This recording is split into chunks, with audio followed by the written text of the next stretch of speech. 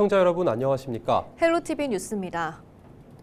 김포시가 오는 2033년 김포 한강 콤팩트시티 완공을 앞두고 철도 사업을 잇따라 추진하고 있습니다. 지금 있는 김포 골드라인만으로는 택지 조성 등으로 늘어나는 교통 수요를 감당할 수 없다고 판단한 건데요. 일부에서는 막대한 재정을 확보할 수 있겠느냐는 우려와 함께 선택과 집중이 필요하다는 목소리도 나옵니다. 김진재 기자입니다. 민선 8기 들어 교통 인프라 확충에 집중하고 있는 김포시. 지난해 예비 타당성 조사 용역에 들어간 서울 지하철 5호선 연장을 비롯해 2호선 신정지선, 9호선 연장을 추진 중입니다. 이외에도 북부권 트램 도입과 인천 지하철 2호선, 김포 고양 연장, 김포 골드라인 인천 연장 등의 사업이 진행되고 있습니다. 이 중 5호선 연장 사업은 지난해 9월부터 KDI가 대도시권 광역교통위원회 중재안을 바탕으로 신속 예타에 착수해 오는 6월 결과가 나올 것으로 예상되는데 예타 결과 사업이 추진되더라도 사업비 분담과 세부 노선 관련 지자체 합의는 풀어야 할 과제입니다. 2호선과 9호선 연장은 지난해 김포시가 용역 결과를 바탕으로 최저간을 마련해 경기도에 제출했고 경기도는 지난해 말 대광위에 제5차 대도시권 광역교통 시행계획 반영을 건의한 것으로 확인됐습니다. 특히 9호선 연장은 사업비를 최소화하기 위해 5호선과 선로 일부를 공유하는 방식으로 최저간을 마련하고 2호선 신정지선 연장은 고촌을 거쳐 풍무까지 연장하는 노선안을 마련한 것으로 알려졌습니다. 또 2호선 연장에 따른 신정 차량기지 이전은 주민 민원을 고려해 김포 고촌의 그린벨트를 활용하는 방안이 검토 중인 것으로 나타났습니다.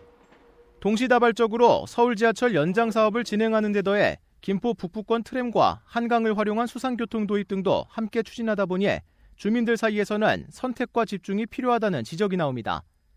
특히 지역 정치권은 시민들을 위해 다 필요하지만 예산은 현실적인 문제라며 5호선부터 집중해서 진행해야 한다고 강조합니다. 5호선 연장 사업의 추정 사업비만 3조 원이 넘는 데다 사업비가 추산되지 않은 다른 철도 사업들까지 고려하면 콤팩트시티 조성에 따른 LH 분담금과 국도비 지원을 제외하더라도 철도 건설에 들어가는 김포시 분담금이 수천억 원에 달할 거라는 예상 때문입니다. 물론 이제 시민분들은 당연히 내 집 앞에 모든 노선들이 들어오는 걸 바라겠지만 그것이 과연 김포시에 이것이 수용 가능한 금액이냐라고 했을 때 사실 골드라인이 저희가 LH 분담금을 다 포함하고 교통분담금 주민들이 내는 거 하고도 저희 김포시에서 3천억을 감당했을 때도 5, 6년을 사실 고생을 했던 거거든요. 이에 대해 김포시는 교통난 해소를 위해 철도 연장 사업을 하나라도 더 확정하는 게 우선이라며 주 도시규모 확대로 세수가 늘면 사업비 조달 방안을 마련할 수 있다는 입장입니다. 김포시 관계자는 70만, 100만으로 성장할 김포시 미래에 철도는 필수적인 것이고 차량기지 등 시민 불만을 최소화하도록 추진할 것이라고 밝혔습니다. 김포 한강 콤팩트시티에 약 10만 명이 입주할 것으로 예상하며 시가 추진 중인 광역교통망 확충 계획에 신뢰를 얻으려면 더욱 투명하고 현실적인 예산 확보 방안이 제시돼야 할 것으로 보입니다. 헬로티비 뉴스 김진재입니다. 최근 연일 매서운 한파가 계속됐습니다.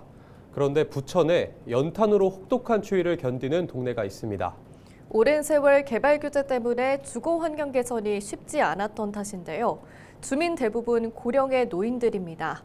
얼마나 더 기다려야 할까요? 이정아 기자가 현장을 다녀왔습니다. 부천 대장동 138-5번지. 대장들역 사이로 낮은 가옥들이 하나의 마을을 이루고 삽니다. 한눈에 보기에도 오래돼 보이는 집. 73살 박찬흥 씨는 이 집에서 6대째 대를 이어 살고 있습니다. 나무가 썩고 기둥 틈이 벌어지고 지붕이 내려앉고 자부심 대신 하루가 다르게 열악해지는 보금자리에 걱정이 앞섭니다. 위험하지, 이게 무너질 게. 이게 오래돼서 이제 이 나무가 다 썩었잖아. 썩어가지고 지금 무너질 형편이잖아요, 보면. 아침부터 아궁이에 연탄을 채웠다 비우길 여러 차례. 살을 애는 추운 날씨 탓에 연탄재만 수북이 쌓여갑니다. 고무대야에 받아놓은 물은 그대로 꽁꽁 얼었습니다. 수십 년째 이 집의 겨울 풍경입니다.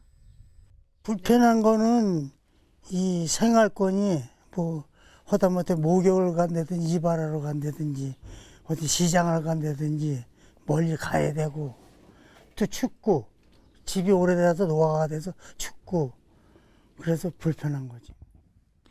살던 동네를 떠나지 못하고 평생 기다렸지만 개발 소식은 아직입니다. 2006년에 그린벨트가 풀렸어. 그래도 또 그린벨트 풀리면은 개발되는 줄 알았지. 그랬더니 또 안 되는 거야. 연장.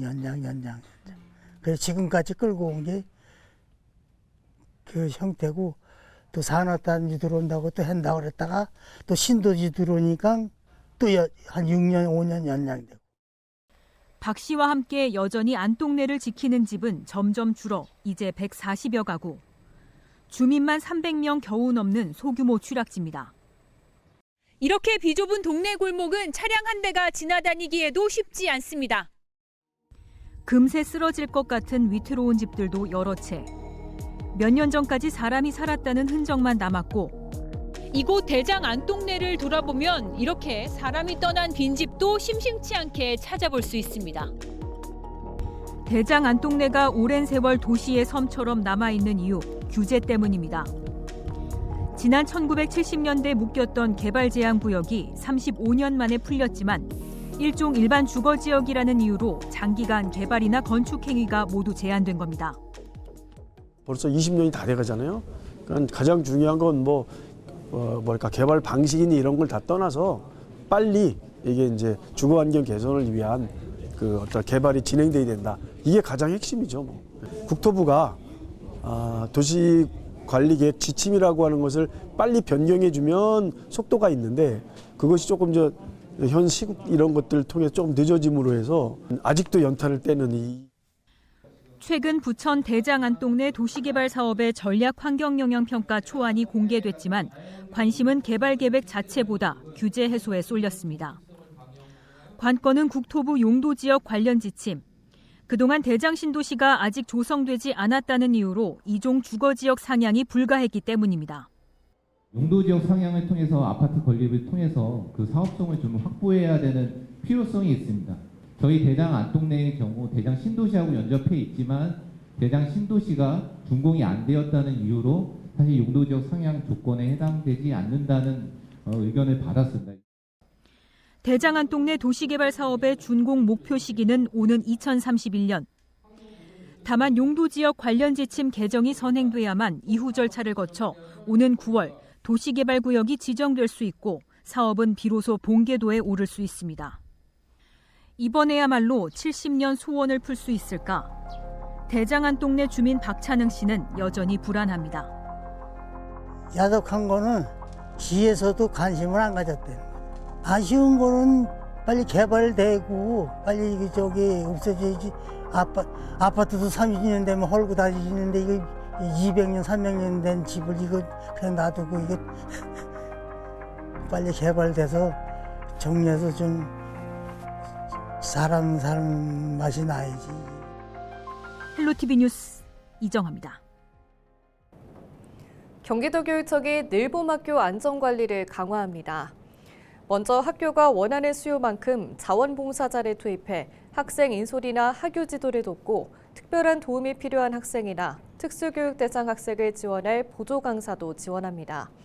또 방학 중에도 학부모 동행 귀가를 원칙으로 하되 학부모 귀가가 어려운 경우 대리인을 사전 지정하도록 합니다. 이와 함께 지역 경찰청과 협력해 학생 귀가 시간 순차를 늘리는 한편 늘봄학교 현장 점검도 확대할 방침입니다. 국토부가 노후계획도시 특별정비계획 수립 절차와 법을 명시한 지침 제정안을 다음 달 4일까지 행정예고한 후 고시합니다. 이번 지침은 관련 특별법에서 위임한 특별정비계획의 수립 절차와 방법을 구체화한 것으로 집주인이 부담해야 할 추정분담금을 계획서에 명시하도록 규정했습니다. 추정분담금은 정비사업에 소요되는 전체 사업비를 조합원별로 배분한 금액으로 이는 사업 과정에서 발생할 수 있는 분담금 관련 갈등을 예방하기 위한 조치입니다. 또 선도지구 특별정비계획 수립기간을 단축하기 위해 주민대표단, 예비사업 시행자, 협력형 정비지원 절차를 규정하는 등 패스트트랙에 대한 근거와 방법도 명시했습니다. 이번 지침 제정은 노후계획도시 정비사업의 절차적 안전성을 확보하기 위한 조치 가운데 하나로 국토부는 이달 중 1기 신도시 선도지구가 있는 지자체를 대상으로 주민설명회를 개최할 예정입니다. 김포경찰서가 인터넷 포털 실시간 CCTV로 실종된 자살 기도자를 추적해 구조했다고 14일 밝혔습니다. 김포경찰서에 따르면 지난 5일 밤 11시 57분쯤 지인에게 극단적 선택이 의심될 만한 내용의 문자를 보낸 A씨는 이후 연락이 두절됐습니다. 신고를 접수한 경찰은 A씨의 핸드폰 위치값이 주거지 인근인 것을 확인하고 순찰차 2대를 출동시켜 인근을 수색했습니다. 당시 해당 지구대 상황 근무자는 A씨의 차종과 색상을 단서로 인터넷 포털 실시간 CCTV를 이용해 A씨의 행적을 추적했고 동일한 색상의 차종을 발견한 뒤 순찰차를 출동시켜 A씨를 구조했습니다. 김포경찰서는 지난 2일에도 아동 실종 신고를 접수한 뒤 김포시 도시안전정보센터와 함께 방범용 CCTV를 이용해 실종 아동을 발견하고 가족에게 무사히 인계한 바 있습니다.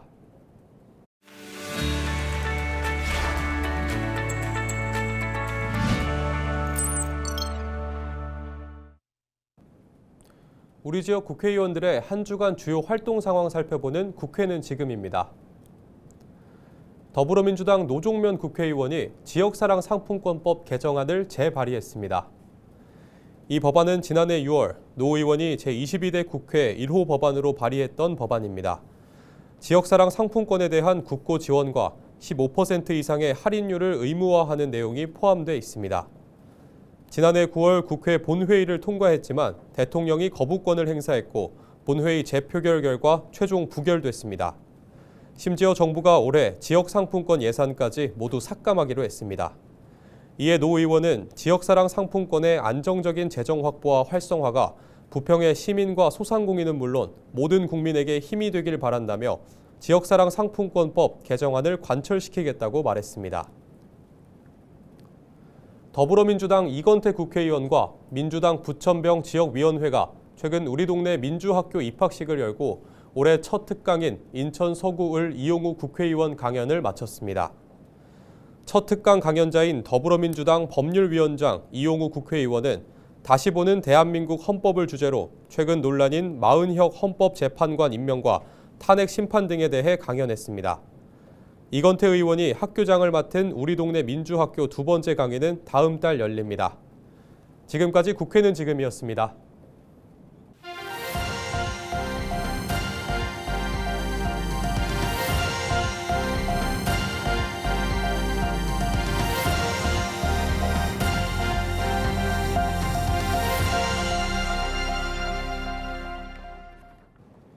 애기봉 평화생태공원이 지난 13일 문화체육관광부 2025 계획공모형 지역관광개발사업 공모에 경기도 대표 사업으로 선정됐습니다.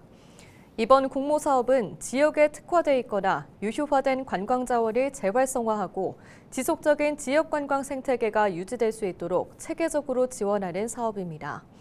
김포시는 애기봉 평화생태공원만이 가진 단절과 공존의 역사적 환경을 내세워 국내 유일의 접경문화 관광지라는 지역 특화 소재를 활용해 글로벌 랜드마크 공간으로서의 브랜드 구축 방안을 제시했습니다. 문체부는 다음 달 말 전국 지자체별 대표 사업을 심사해 4월 초 최종 사업지 3곳을 확정 공고할 예정입니다. 문체부 사업으로 최종 선정되면 5년간 국비 60억 원을 지원받게 됩니다. 김포시는 최종 사업 선정 시 국비 60억 원, 도비 30억 원, 시비 30억 원 등 총 사업비 120억 원을 투입해 애기봉만의 역사문화 콘텐츠 및 프로그램을 개발하는 등 관련 사업을 추진할 계획입니다. 부천 호수식물원 수피아가 다음 달부터 일주일에 2차례 야간 운영을 확대합니다. 식물원은 매주 금요일과 토요일 이틀 동안 저녁 6시 30분부터 밤 10시까지 문을 열며 부천시는 식물원 내 외부에 조명을 설치해 특색 있는 공간을 연출할 예정입니다. 야간 개장은 오늘 11월까지 홈페이지 사전 예약제로 운영되며 관람료는 성인 기준 3,000원입니다. 이상으로 뉴스를 마칩니다. 시청해주신 여러분 고맙습니다.